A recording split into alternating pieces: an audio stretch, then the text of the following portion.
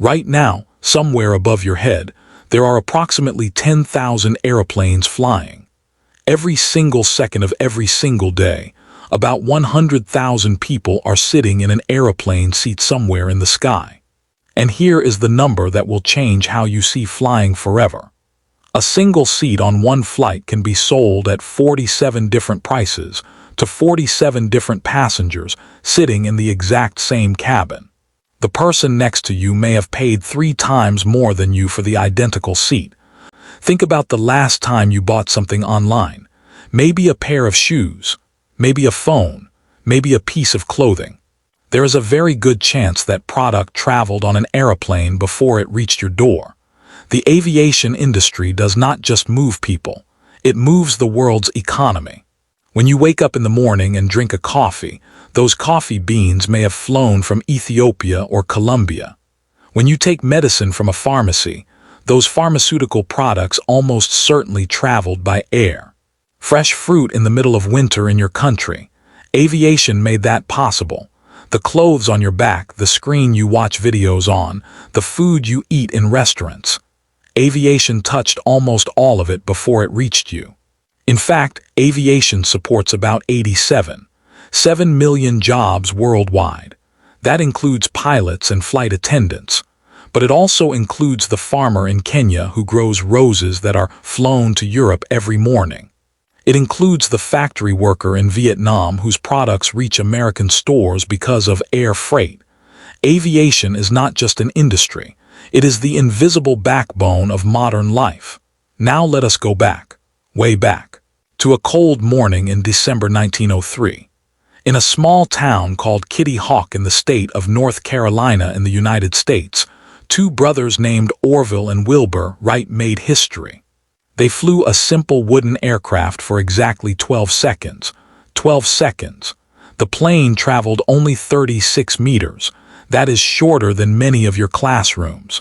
Nobody in the world believed that humans would ever fly. For thousands of years, flying was only a dream. Birds did it. Humans watched and wondered. But those 12 seconds changed everything. Within just 10 years, governments started seeing that airplanes could be useful in wars. During the First World War between 1914 and 1918, aircraft went from simple wooden toys to powerful military machines.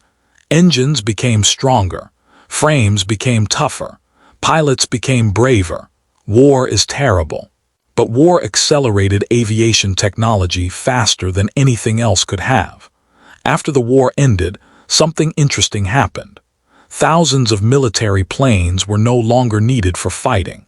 Pilots who had learned to fly during the war had no more missions, so some of them had a creative idea.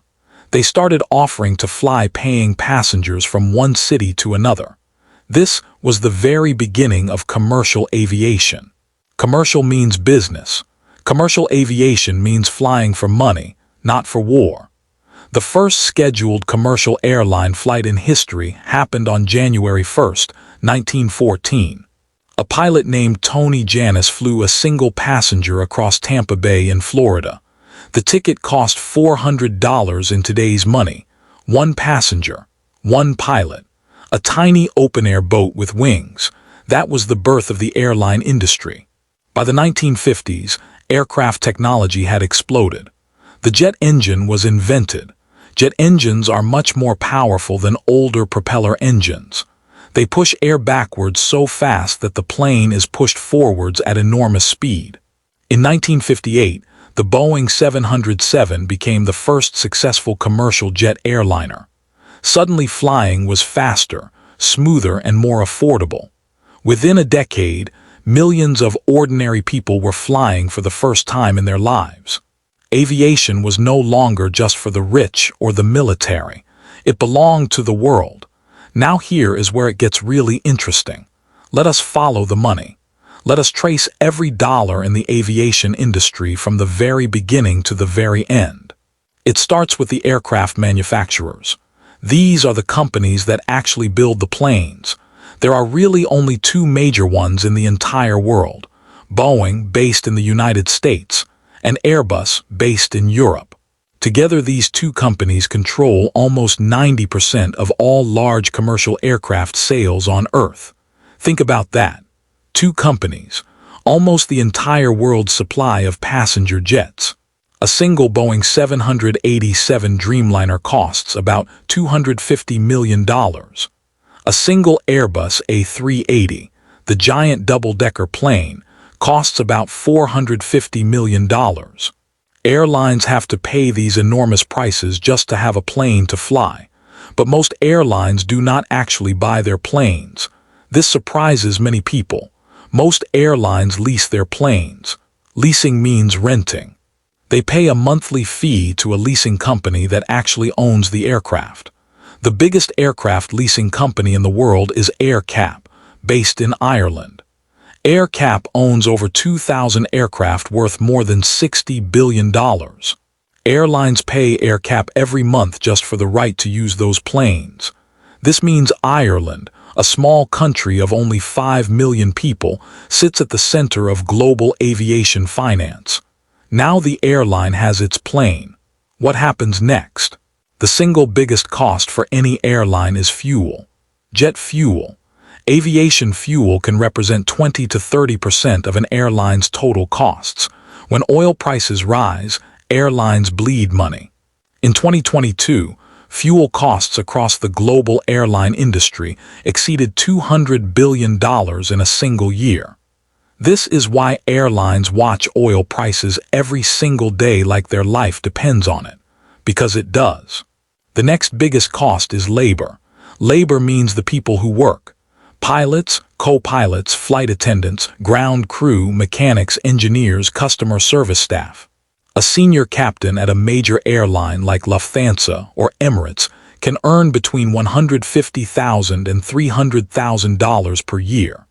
Training a single pilot from zero experience to flying a commercial jet costs over $200,000 and takes several years. Airlines invest enormous amounts just to have qualified people in the cockpit. So how does the airline make money back? Through ticket sales. But here is the fascinating part. Airlines use a system called dynamic pricing.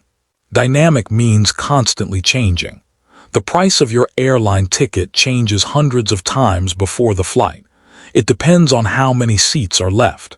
It depends on how far away the flight is. It depends on the day of the week. It depends on what competitors are charging.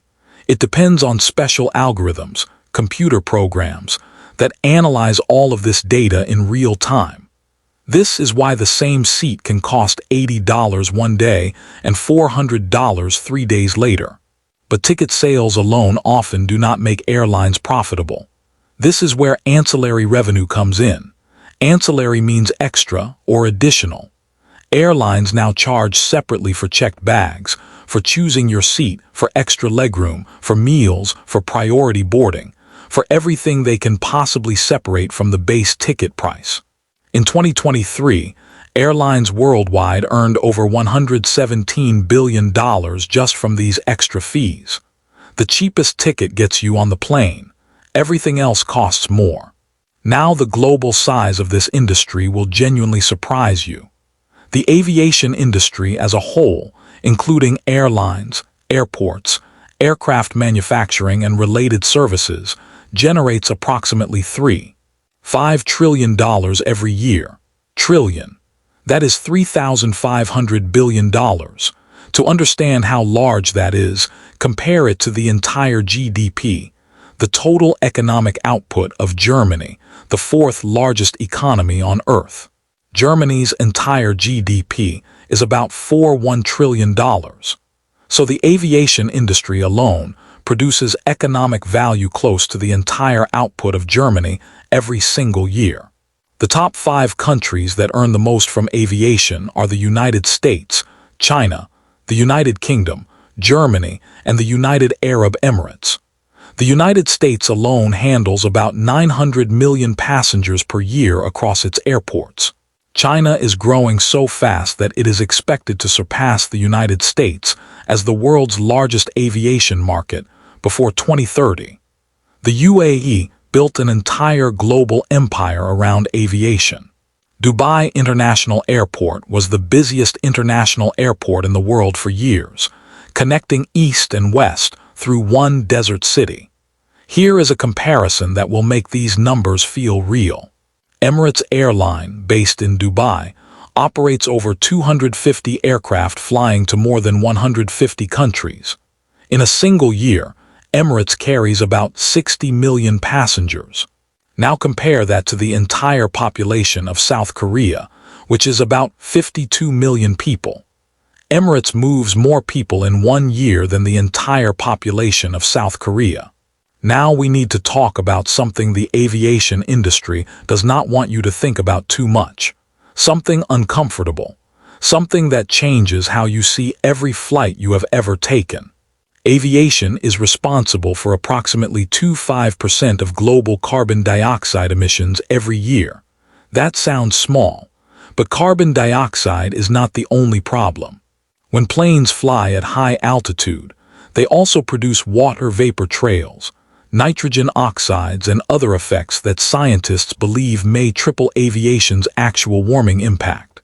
Some researchers now estimate that aviation could be responsible for up to 5% of all human-caused climate change when these effects are combined.